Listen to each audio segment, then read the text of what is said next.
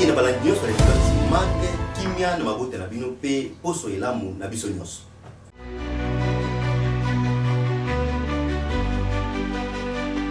Mouvement et opposition C4 aux autres opposants sur la démocratie du Congo, bango basalaki étude par rapport à la marche de bango, n'engeni nelekaki pe ba pesili susu maloba pe merci la population. Tolanda.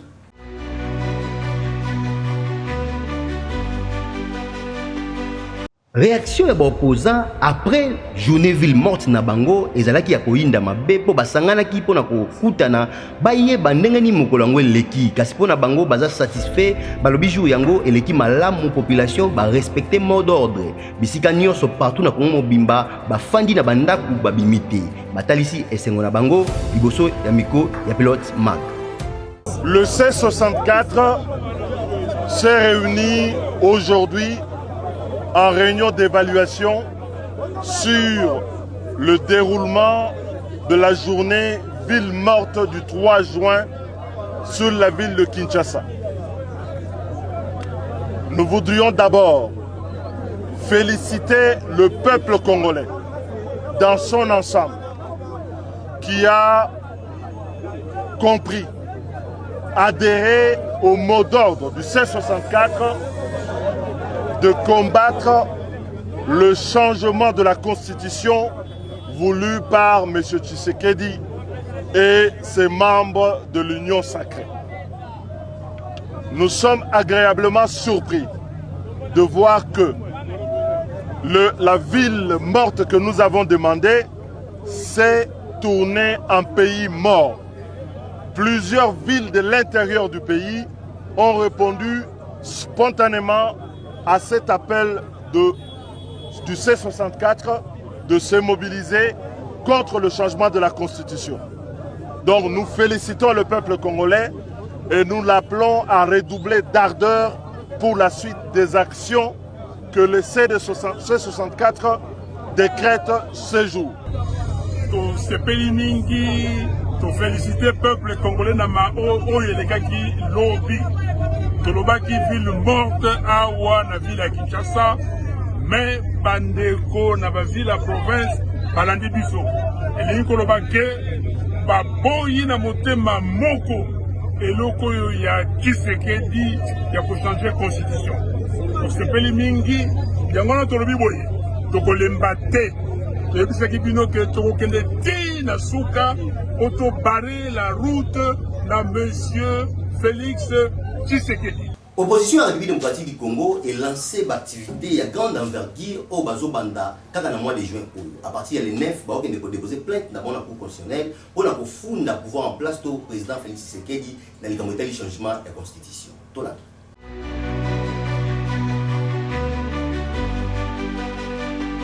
Lancement, il y a une nouvelle action de l'opposition. Et si et bandi pour na bango balobi balamuki après avoir couru dans la journée ville morte balobi eza koyinda ba koti na action le 9 juin ba ko déposer plainte na bango na cour constitutionnelle bongo le 10 juin ba kozana sit-in na palais du peuple bisikani ba kokuta bango nyonso pona kotanga memo na bango pe koloba maitali changement de constitution baza d'accord te tolanda bana mboka Martin Fayulu pe Delice Sanga na micro ya le pilote Mark.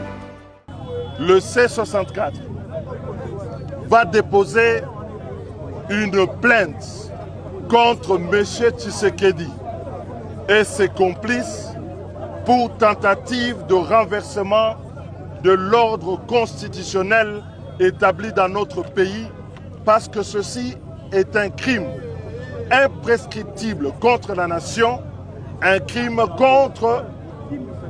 de haute trahison contre le pays et une forfaiture contre son propre serment constitutionnel. Nous en appelons donc au peuple congolais d'accompagner cette action citoyenne, républicaine et de l'état de droit de la plainte qui sera déposée contre M. Tshisekedi et ses complices pour tentative de renversement de l'ordre constitutionnel. Le 9 juin, Oyo Ezali Koya, Tokokendeko déposé plainte contre M. Félix Tshisekedi parce que Alingi a ça la Cour d'État contre la Constitution. et Golanda, les 12 Bissonioso, na libanda ya palais du peuple, toko telema, to sali sit-in, pour nous député, que moto moko te ameka ko buka, mo beko di konzi, moto moko te ameka ko changer constitution, balongo la loi na bango wana, pour bazali ko sala, pour permettre Tshisekedi à faire la coup de tenaille. Bandeko, les Cambodgiens yango wana, bisono zoto se mobiliser dans zela wana. Babandi ya main armée bakoti na église Sainte-Agnès pesa la commune Njili na quartier 10. Tola.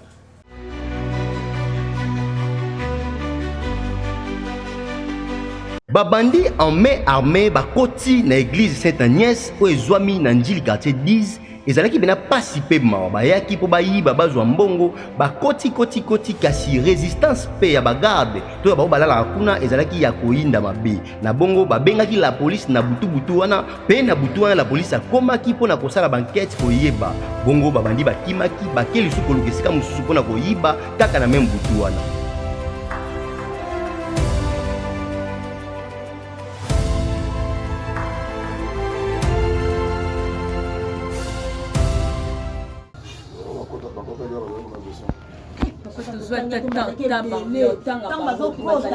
Mosusu balobi bosécuriser libanda bato babima te, bosécuriser libanda bato babima te, donc bataki ebele bakoti bambwa bato bandi kolanda bambwa minene babimi oyo bakoti bazaki na mindu baye kokota bazaki na mindu bazaki na bana bateni babasala babilamba na bango kaka me bamisu basemaskati bamisu batikeka bilongi bongo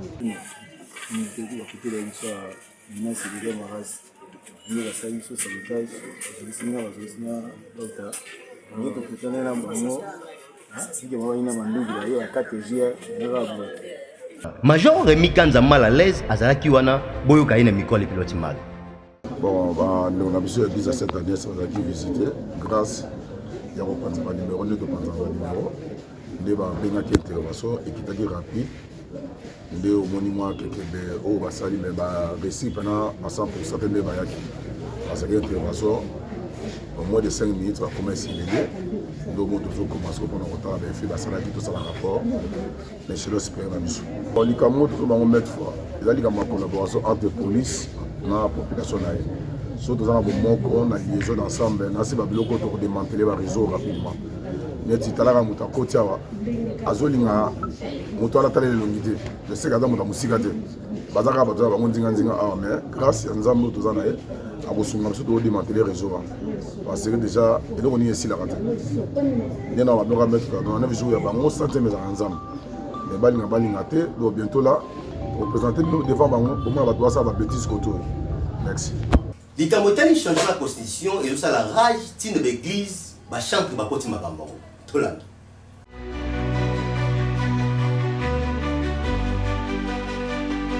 Église du Christ au Congo et c'est na mukuse o ekamake pa ya révérend pasteur Bokundoa bango be batalisaki position na bango kolandisama changement ya constitution kasi pona bango baza d'accord te ba kosenga dialogue et salama pote bana mboka bafanda autour d'une table basolola po bayeba ba cause profonde ya makambo eza kotulisa ba congolais pona bango baza d'accord te na changement constitution kasi ba koluka cadre moko pote ba congolais bafanda basolola po kimia ekota na mboka. L'Église du Christ au Congo estime qu'une initiative de réforme constitutionnelle dans le contexte actuel doit impérativement répondre à l'exigence d'un cadre national inclusif et apaisé conformément aux dispositions des articles 5, 218, 219 et 220 de la Constitution. Fort de ces évidences, l'Église du Christ au Congo appelle les partis à recourir à la sagesse divine, confère 1 Roi 3, 16 à 28, et aux valeurs ontologiques africaines de l'arbre à palabre. Le dialogue démocratique national et inclusif reste la voie idoine dans ce contexte précis, conformément aux résolutions 2773 et 2808 du Conseil de sécurité des Nations Unies, les résolutions de l'Union africaine et de l'Union européenne, ainsi que des accords de Washington et de Doha. likamotali changement ya position et ça la rage si na l'église ezaka ya royinda na ba chantre pe bakoti makambo okam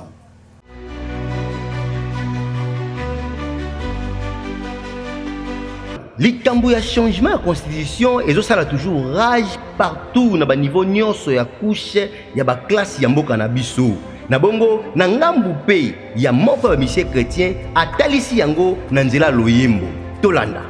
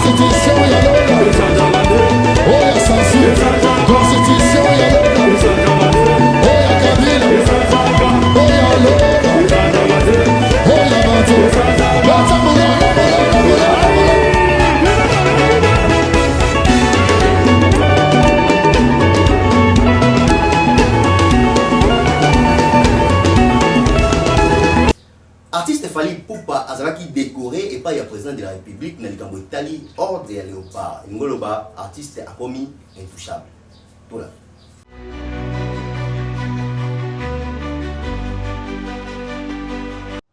Samedi le 6 juin ezalaki makambo pe ya koinda esika nini mokonzi ya mboka Félix Antoine Tshisekedi adekoraki artiste Fally Ipupa na titre ya chancelier ya ordre national ya Léopard ya kotala mutu pe koyeba eza ete kobanda mboka na biso banda miziki artiste Fally Ipupa aza deuxième personne to pe deuxième artiste azwa yango ya liboso ezalaka Luambo Makiadi Franco na série ya président Mobutu Sese Seko Kukungwendo wa Zabanga. Misala ezobeta madada na route Sekomafe o ezobanda banana entrée ya Njili ekei Lwemba pe eketi na Wenza Mangobo ezobeta madada misala kitoko tola.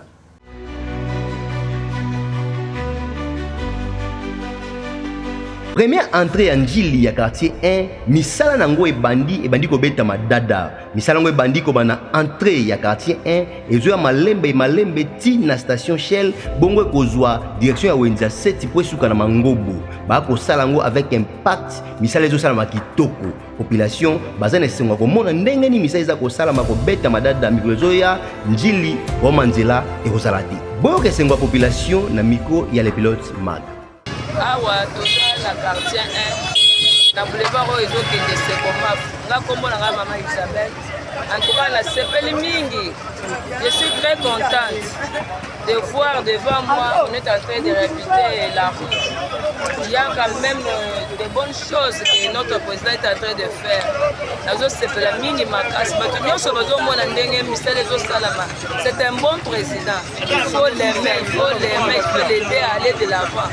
Oh nyonso oyo azosala awa ezomona ke moto oyo alingi mboka na biso alingi yango il est vraiment l'enfant de ce pays puisqu'il aime faire du travail. Il dit que ici il y a de bonnes choses qui se font puisque notre président a Fachi Béton. En tout cas c'est le meilleur pour moi, c'est le meilleur.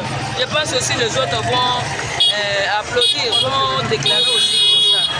Moi, là où j'habite, il y a toujours des avenirs, des grandes routes, des grandes artères là, et il est en train de faire. En tout cas, il réhabilite notre environnement avec des routes. En tout cas, pour moi, j'ai fait comme ça. J'applaudis pour ces messieurs. C'est un bon monsieur. Gardons notre président. Gardons-le jalousement. On l'aime beaucoup. Nous, les peuples, nous l'aimons jusqu'à la fin. Jusqu'à la venue de notre Seigneur Jésus-Christ. En tout cas, c'est un bon président. C'est lui qui viendra dire ici qu'il n'a pas fait, Regarde, des routes, il n'en avait pas auparavant. Mais à son temps, il a réhabilité tout Kinshasa. En tout cas, moi, pour moi, c'est la positivité est devant moi. Je n'ai rien à dire encore. En tout cas, félicitations, Longo Nyanzamba Pamboula, Nyanzamba Zalanayo, libéra yo président Fatih Berton.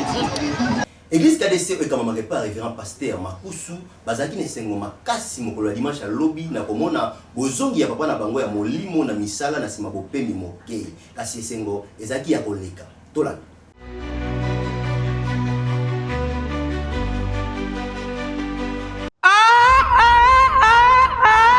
Esengo ya boye na mona jamais po ezala kaka na église KDC Mont des Oliviers oyo ekambamaka epai ya révérend pasteur Josué Makusu batondisaki na esengo dimanche le 7 pamba te papa na bango Josué Makusu azongelaki lisango to mpe koteya apres avoir kozwa te ya molai ateyaka lisusu te apemaki kasi ambiance oyo elekaki na kosa te yango biso pilote Mike tolobi boye soza no malamu waka malamu soza mabe waka mabe.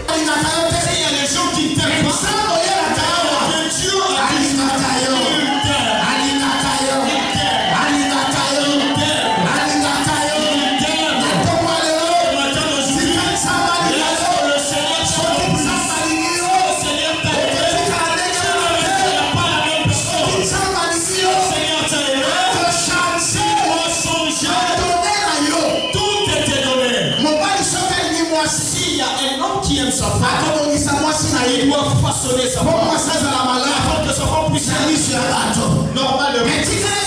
Laisse-moi te dire.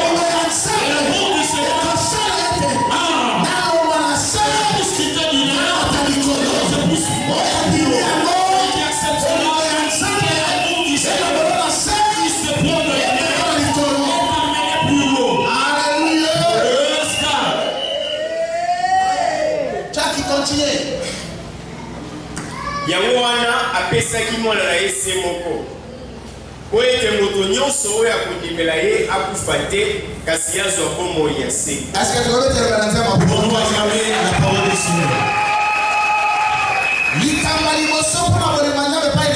La première des choses à travers l'amour du Seigneur, le Seigneur nous a donné son Fils unique. La seule personne unique. Le seul Fils. Quelle sorte de père? Même la pasteur, moi le pasteur, moi qui suis. Si on me dit, en église à Mont des Oliviers, ici à l'église Mont des Oliviers, on va quitter 17 fois par jour. Pour que nous puissions avoir plus de 17 kills. Et je sais qu'il faut il faudrait qu'un père puisse donner son fils comme un sacrifice. Et je dois prendre Josué. Je lui dis viens, tu seras un sacrifice. Avant que Mont des Oliviers puisse avoir plus de kills. 17 fois et 17 kills par jour. Je ne dois jamais là-dessus. Le révérend pasteur Josué Makusu azanga kite koloba na suka na micro ya le pilote mag. Dimanche passé, nous avons la célébration de Pantone. Nous avons la famille Mont des Oliviers. Après qu'on y a Sainte-Seine, et maintenant qu'ils ont la fraternité, il y a beaucoup, il y a Mananzam. Et le deuxième dimanche, le 7 juin 2026, et pour le c'est l'amour de Dieu pour nous ensemble dans la vie. Pour nous ensemble les qui nous n'aiment pour la vie. Pour nous ensemble il y a des choses qui après ça sont dans la vie moko. Oyo maki ko pesa kisoma na Yesu Kristo. Ni wale pour nous ensemble et sali que nzamba likabisho na motema na mobili.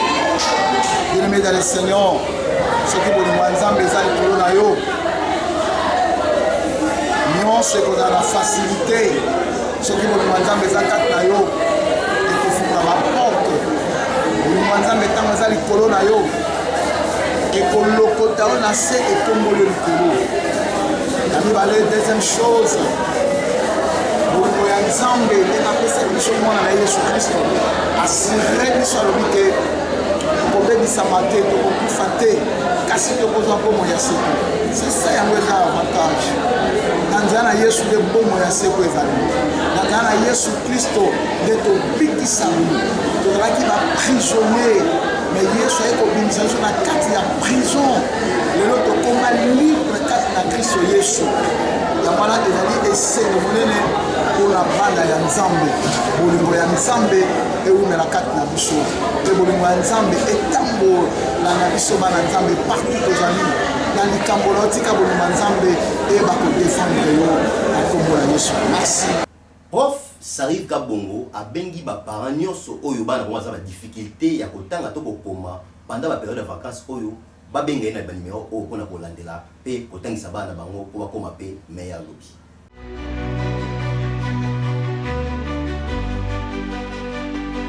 Ba papa ba mama na bino ba parents oyo bolingaka bana bino bazala na éducation malamu pe ba kotanga. Professeur Sarif Kabongo a organisé des cours supplémentaires kobanda na niveau ya 5e primaire, 6 secondaire pe humanité mobimba. Yango avandite a petit seteke na ba cours to pe ba filière nokola alphabétisation, amélioration d'expression, renforcement de la lecture, informatique, Word, Excel. Professeur Sarif Kabongo a disposé de temps à domicile pour la éducation ya bana na bino. Makamusu bata moto basalaga. Ya normal ten.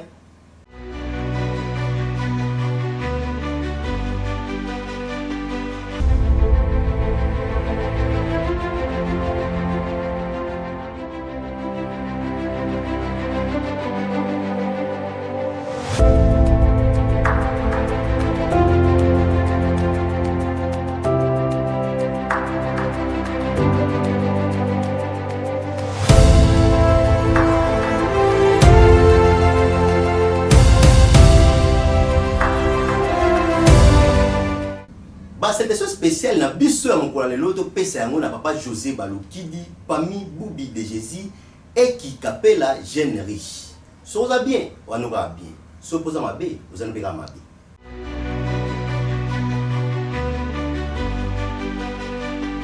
So woni commandant le pilote maga s'équipe a simbi bagalo na ye ngolo baka numéro le pilote maga mokolo lelo et comme na suka. To pesa merci l'équipe rédactionnelle au bakumbela ki masolo. Landri Benga pe John Benga Bazala Kiwana, Yabiso monteur Gel Kapé Longo Musala Kitoko. Mama Princile Longo na sima caméra pe Musala eleka Kitoko makasi. Biso na bino to kutani mukola lobby et longo na ngai présentateur bino Ephraim Kindamba. Lobby.